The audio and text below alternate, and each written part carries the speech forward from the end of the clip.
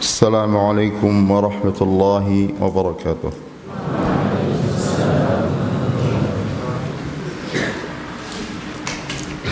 إن الحمد لله نحمده ونستعينه ونستغفره ونعوذ بالله من شرور أنفسنا وسيئات أعمالنا من يهد الله فلا مضل له ومن يضلل فلا هادي له وأشهد أن لا إله إلا الله وحده لا شريك له وأشهد أن محمدا عبده ورسوله.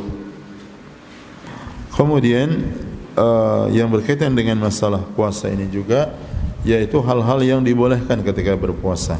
Ya mungkin sebagian orang menganggap itu dilarang atau minimal dia mengatakan oh itu makruh dan sebagainya. Pertama, boleh bagi seseorang itu dia berpuasa dan di waktu subuhnya sudah masuk subuh masih dia dalam keadaan junub. Ya, artinya dia mungkin bergaul suami istri sebelum tentu apa? Fajar. Ya, karena kalau dia sudah masuk waktu puasa, ya, yaitu waktu subuh sudah masuk, kemudian dia bergaul, ya dia dapat dosa besar dan dia wajib membayar kafarat besar. Ya, dia bebaskan budak kalau tidak dia puasa 2 bulan berturut-turut, ya, di luar puasa Ramadan. Kalau tidak dia memberikan makan 60 orang fakir miskin. Tapi maksudnya di sini dia bergaul suami istri sebelum masuk waktu subuh, lalu kemudian tertidur, dia bangun dalam keadaan sudah subuh masuk, itu boleh. Ya, boleh dia seperti itu. Atau dia misalnya mimpi besar, ya kemudian dia tidak langsung mandi. Begitu dia bangun, dia sudah sholat subuh, maka boleh dia mandi dan dia melanjutkan puasa. Ya, disebutkan di dalam hadis Ummul Mukminin Aisyah dan Ummul Mukminin Ummu Salamah radhiyallahu ta'ala anhuma, beliau keduanya mengatakan seperti dalam riwayat Bukhari dan Muslim, anna Nabiy sallallahu alaihi wasallam kana yudrikuhu al-fajr wa huwa junubun min ahlihi thumma yaghtasilu wa yasum. Adalah Rasulullah SAW, beliau mendapatkan masuknya waktu fajar atau waktu subuh dalam keadaan beliau masih junub, artinya belum mandi junub karena bergaul dengan istri beliau. Kemudian beliau segera mandi walaupun sudah masuk waktu subuh, kemudian beliau melanjutkan berpuasa. Ya, kemudian juga termasuk perkara yang dibolehkan ketika berpuasa, yaitu dalam keadaan berpuasa, yaitu melakukan siwak. Ya, melakukan siwak bagi orang yang berpuasa. Walaupun sebagian fuqaha ada yang mengatakan itu makruh karena dianggap bertentangan dengan keumuman hadis Rasulullah SAW, la khalufu famis shaim atyabu 'inda Allah min rihil misk. Bau mulut orang yang berpuasa itu dia lebih baik, lebih harum di sisi Allah dibandingkan dengan bau kasturi. Ya, dan ini sebenarnya tidak bertentangan. Ya, tidak bertentangan walaupun dia memakai siwak atau dia memakai siwak. Dan ini yang sahih karena warid dari Rasulullah SAW bahwasanya beliau pernah berpuasa ya sambil beliau bersiwak atau beliau bersiwak dalam keadaan beliau berpuasa. Rasulullah SAW mengatakan dalam hadis yang sahih yang diriwayatkan oleh Imam Bukhari dan Muslim tentang sangat ditekankannya orang menggunakan siwak. Dan ini termasuk sunnah yang banyak tinggalkan, terutama oleh para penuntut ilmu, ya, menggunakan siwak. Padahal itu sunnah muakkadah, hampir diwajibkan oleh Rasulullah SAW. Ya, oleh karena itu para penuntut ilmu tidak boleh dia malu punya siwak, ya, atau dia bersiwak. Karena itu sunnah Rasulullah SAW. Beliau bersabda, "Laula an ashqa ala ummati la amartuhum bis-siwak 'inda kulli salat." Inda kulli salatin. Dalam riwayat dikatakan inda kulli wudu'in. Andaikan tidak memberatkan atas umatku, saya akan perintahkan mereka untuk siwak, ya, melakukan siwak pada setiap wudu. Dalam riwayat dikatakan setiap salat, artinya setiap salat. Kemudian disebutkan dalam riwayat juga bahwasanya seorang sahabat, sahabat Anas bin Malik, beliau melihat Rasulullah SAW pernah bersiwak dalam keadaan berpuasa. Beliau mengatakan, "Ra'aitu an-nabiy sallallahu alaihi wasallam yatasawwaqu wa huwa sha'im, atau yastaqu wa huwa sha'im." Aku melihat Rasulullah SAW dalam keadaan beliau siwak dan beliau dalam keadaan berpuasa. Termasuk juga boleh orang itu berkumur madmadah dan juga istinsyak, masukkan air ke dalam hidung, ya, walaupun tidak boleh dia bersangatan, supaya dia tidak masuk air itu ke dalam kerongkongannya. Ya, Rasulullah SAW bersabda di dalam hadis seperti yang diriwayatkan oleh Imam Tirmidzi dan yang lainnya, Abu Dawud, wa balik fil istinshaq illa an takuna sha'iman, dan bersangatanlah kalian di dalam istinshaq, memasukkan air ke dalam hidung, kecuali kalau kalian dalam keadaan berpuasa. Kemudian termasuk yang dibolehkan bagi orang yang berpuasa itu adalah bermesraan atau berciuman antara suami istri. Ya, tidak boleh kalau bukan suami istri. Ya, suami istri atau budaknya kalau dia ada budaknya. Ya, boleh dia mencium istrinya, demikian juga sebaliknya dalam keadaan dia berpuasa. Seperti disebutkan di dalam hadis Ummul Mukminin Aisyah radhiyallahu taala anha, seperti yang diriwayatkan oleh Imam Bukhari dan Imam Muslim dalam sahih keduanya. Beliau Ummul Mukminin mengatakan, kana Rasulullah sallallahu alaihi wasallam yuqabbilu wa huwa sha'im. Beliau Rasulullah SAW mencium, artinya istrinya dalam keadaan berpuasa, wa yubashir wa huwa sha'im, dan beliau bermesraan dengan istri beliau dalam keadaan berpuasa. Walakinnahu kana amlakakum li irbihi, tapi beliau Rasulullah SAW itu orang yang paling bisa menjaga atau mengendalikan syahwatnya atau hawa nafsunya. Kemudian disebutkan di dalam hadis yang hadis ini hasan li ghairihi bi majmu'i turuqihi, bahwasanya dibedakan ada hukum makruh yang di dalam mencium atau bermesraan dengan istri, dibedakan antara orang yang masih muda, ya, masih dewasa muda, dengan orang yang sudah tua. Ya, orang yang masih muda dia punya istri, ada yang tua kemudian dia masih punya istri, ya, dimakruhkan kata para ulama bagi, walaupun itu artinya dia makruh tidak sampai haram, bagi laki-laki yang masih muda. Ada dikhawatirkan nanti dia jatuh untuk menggauli istrinya di siang hari bulan Ramadan, dan tidak dimakruhkan bagi orang yang sudah tua. Disebutkan di dalam hadis sahabat Abdullah bin Amr bin Al-As radhiyallahu taala anhu, seperti yang diriwayatkan oleh Imam Ahmad di dalam musnadnya, ya, dengan sanad hadisnya itu yaitu hasanun li ghairihi bi majmu' turuqihi. Ya, disebutkan beliau mengatakan, Abdullah bin Amr bin As, kunna 'inda Nabi sallallahu alaihi wasallam, kami pernah bersama dengan Nabi Muhammad SAW atau di sisi Nabi Muhammad SAW. Faja'a syabun, lalu datang seorang laki-laki yang masih muda, tapi dia sudah berkeluarga. Faqala ya Rasulullah uqabbilu wa ana sha'im. Ya Rasulullah, bolehkah saya mencium, artinya istri beliau, istri saya, wa ana sha'im, dalam keadaan berpuasa? Qala la, Rasulullah mengatakan tidak boleh. Ya. Faja'a syaikhun, kemudian datang ada orang tua, ya, sudah tua, ya. Faqala uqabbil wa ana sha'im, apakah saya boleh mencium istri saya dan dalam keadaan berpuasa? Artinya tidak beberapa waktu rentangnya dengan yang muda tadi. Qala na'am, Rasulullah menjawab, iya, boleh. Ya, yang tadi tidak boleh, yang ini boleh. Qala, berkata sahabat Abdullah bin Amr bin As, fa nadhara ba'duna ila ba'din. Lihat akhlak para sahabat. Lalu kemudian sebagian kami melihat kepada sebagian yang lain. Artinya mereka tidak mengingkari, tapi mereka anggap ini aneh. Kalau tadi yang muda itu mengatakan tidak boleh, Rasulullah mengatakan tidak boleh. Kalau yang tua ini beliau mengatakan boleh. Artinya berbeda hukum yang beliau jawab. Ya, dan para sahabat adab mereka ini tidak mengingkari. Ya, tidak seperti sebagian kita para penuntut ilmu. Kadang-kadang kalau ada orang berbicara tentang sesuatu yang dia belum mengetahui ilmunya, dia semudah itu mengingkari. Bahkan mungkin sengaja mengingkari supaya dia dianggap lebih berilmu dari gurunya atau yang lainnya. Dan ini kesombongan, waliyadzubillah. Ya, beliau sahabat Abdullah bin Amr bin As mengatakan, fa nadhara ba'duna ila ba'd, lalu sebagian kami melihat kepada yang lain.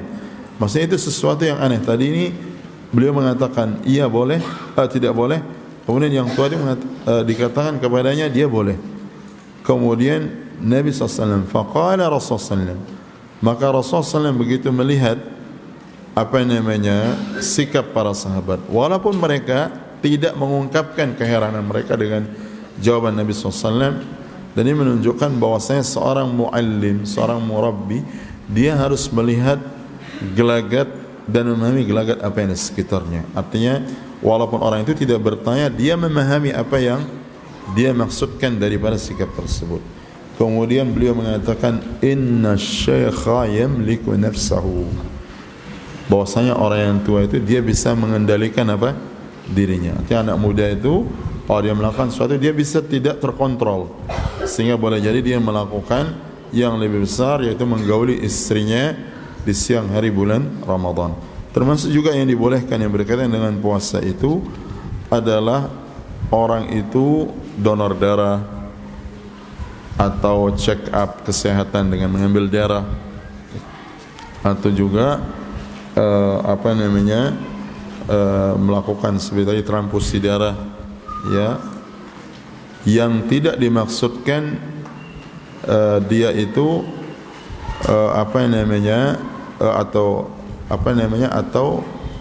termasuk juga yang berkaitan dengan darah itu transfusi darah, kemudian dia donor darah dan juga untuk check up kesehatan, boleh dia ambil darahnya, ini tidak membatalkan puasa. Termasuk juga dia boleh melakukan untuk pengobatan, misalnya kalau perlu dia disuntik atau dia dia disuntik atau diimpus misalnya. Selama suntikan atau cairan suntikan atau impus itu bukan cairan yang dia pengganti makanan, ya. Kalau sekedar dia untuk obat boleh, tapi kalau itu jadi pengganti makanan sehingga orang itu begitu disuntikan misalnya cairan itu baik melalui suntikan ataupun melalui impus dimasukkan, ya, dan itu sebagai pengganti makanan, kata para ulama itu membatalkan puasanya, ya. Tetapi kalau selama hanya sekedar untuk mengambil atau untuk memasukkan cairan untuk obat, maka itu bukan termasuk hal yang membatalkan puasa. Termasuk juga perkara yang dibolehkan adalah hijamah, ya, yaitu berbekam. Ya, berbekam di awal Islam itu termasuk hal yang membatalkan puasa awalnya, ya. Seperti disebutkan di dalam hadis yang sahih, Rasulullah SAW pernah melihat ada dua sahabat yang dibekam dan yang membekam. Beliau mengatakan aftaral hajim wal mahjum, batal puasa orang yang membekam dan orang yang orang yang dibekam. Nah, hadis yang sahih tadi dinasakh dengan hadis yang diriwayatkan oleh Imam Bukhari di dalam sahihnya, hadis Ibnu Abbas radhiyallahu taala anhuma. Beliau mengatakan anna an-nabiy sallallahu alaihi wasallam ihtajama wa huwa shaim. Nabi Muhammad SAW pernah beliau berbekam dan beliau di dalam keadaan berpuasa. Termasuk perkara yang dibolehkan bagi orang yang berpuasa itu adalah mencicipi makanan, ya, atau minuman, yang penting dia tidak masuk ke dalam kerongkongannya, ya.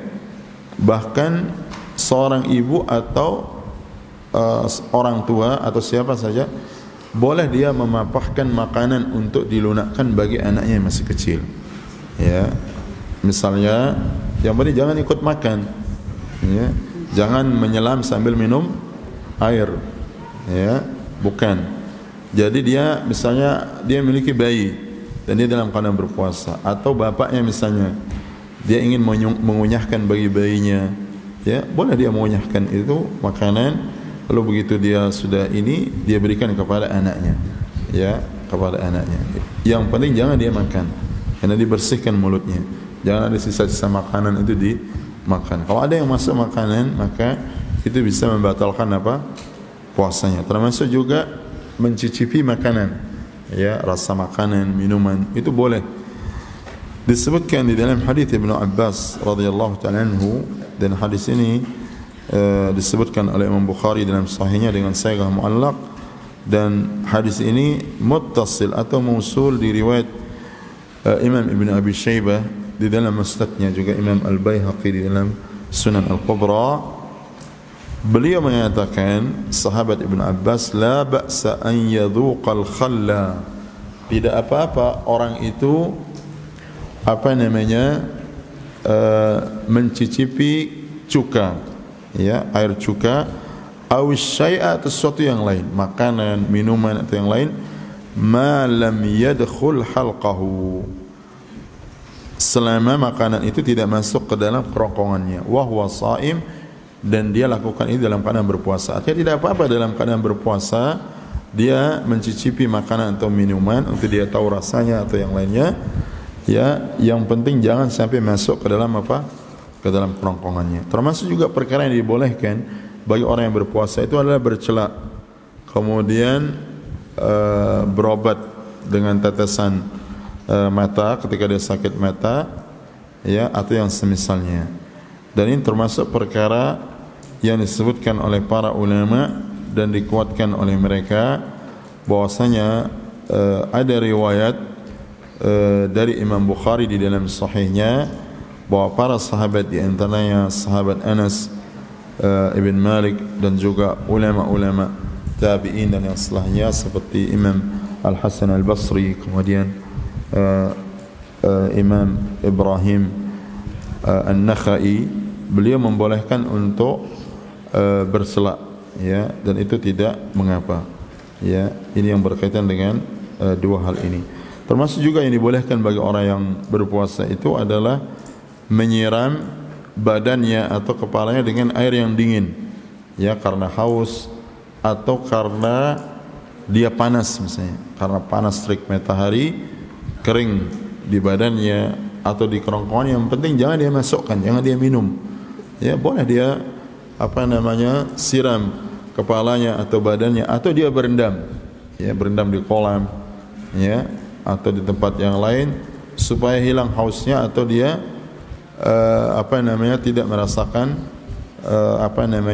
teriknya matahari, ya. Disebutkan di dalam Sahih Bukhari, beliau mengatakan babu ightisalis shaim, bab tentang mandinya orang yang berpuasa.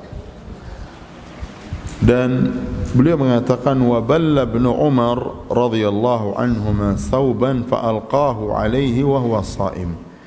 Dan sahabat Abdullah bin Umar pernah membasahi pakaian beliau lalu beliau mencampakkannya, artinya meletakkannya ke badannya itu, dan beliau dalam keadaan puasa, artinya supaya beliau tidak haus atau tidak kepanasan dan sebagainya. Ya, kemudian juga disebutkan di dalam riwayat Imam Abu Dawud dengan sanad yang sahih juga Musnad Imam Ahmad, beliau mengatakan wa kana sallallahu alaihi wasallam yasubbu al-ma'a ala ra'sihi wa huwa sha'im min al-'atashi aw min al-harri. Adalah Nabi Muhammad SAW, beliau pernah menuangkan air di kepala beliau, ya, dan beliau dalam keadaan berpuasa. Beliau lakukan itu karena apa?